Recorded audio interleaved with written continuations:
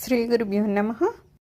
మనము రామకృష్ణ పరమహంస గారి గూఢార్థ కథలు చూస్తున్నాం కదా. అందులో ఇంకొక కథ ఏం చెప్తున్నారంటే, భగవంతుడు మన అల్పబుద్ధికి అందడు అని.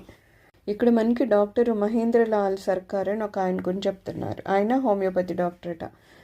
మామూలుగా ఏంటంటే కాస్త చదువుకోవడం అవని ఇంకొకటి అవని కొన్నిసార్లు ఏమవుతుందంటే కొంచెం మేము అనుకున్నదే గొప్ప అనే స్థితిలోకి వెళ్ళిపోతూ ఉంటారు.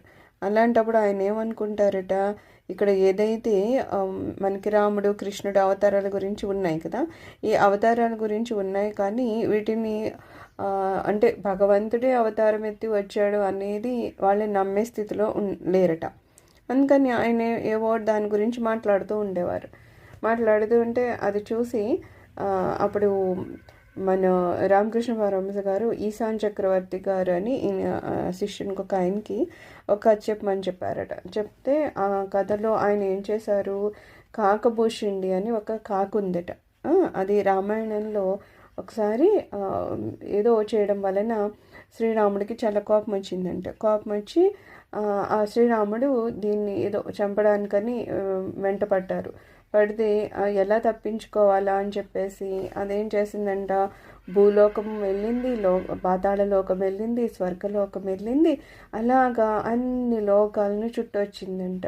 అంటే ఇక్కడ మనకు అర్థమవుతుంది కదా, ఒక కాకి భూలోకము, పాతాళలోకం, స్వర్గలోకం ఇవన్నీ వెళ్తుందా అంటే అక్కడ కాకి కాదు, దాని గురించి ఏదో మనకి చెప్తున్నారు కదా.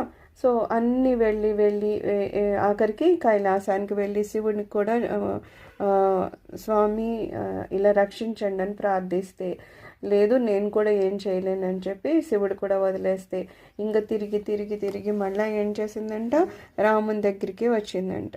అప్పుడు రాముడు ఏం చేశారంట, ఆ కాకిని తీసుకొని ఆయన నోట్లో పెట్టుకొని మింగేశారంట. మింగే కానీ అక్కడ ఏమైంది అంటే కాకి స్వామివారి కడుపులోకి వెళ్ళిపోయింది కదా. వెళ్ళగానే దానికి మహా ఆశ్చర్యం వేసిందంట. ఎందుకు అంటే మామూలుగా ఆ కాకి ఏ చెట్టు మీద ఏ గూటులో ఉంటుందో అక్కడే ఉందంట. అంటే ఆయన కడుపులోకి వెళ్ళిపోయాక మళ్ళీ అక్కడే ఉంది. అప్పుడు దానికి ఉన్న అజ్ఞానం అంతా పోయిందంట.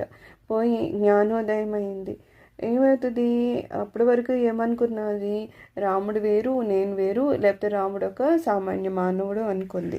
కానీ ఎప్పుడైతే స్వామివారి కడుపులోకి వెళ్ళిందో మళ్ళీ యథాస్థానం అది ఎక్కడుండేదో అక్కడికే వెళ్ళిందో అప్పుడు ఏమర్థమైంది, నేను ఎవరినైతే రాముడు అని ఒక సామాన్య మానవుడు అనుకున్నాను ఆయన కాదు, ఏ లోకము అంతా స్వామివారి చేత సృష్టించబడిందో బయట ఆయనే కనిపిస్తున్నారు.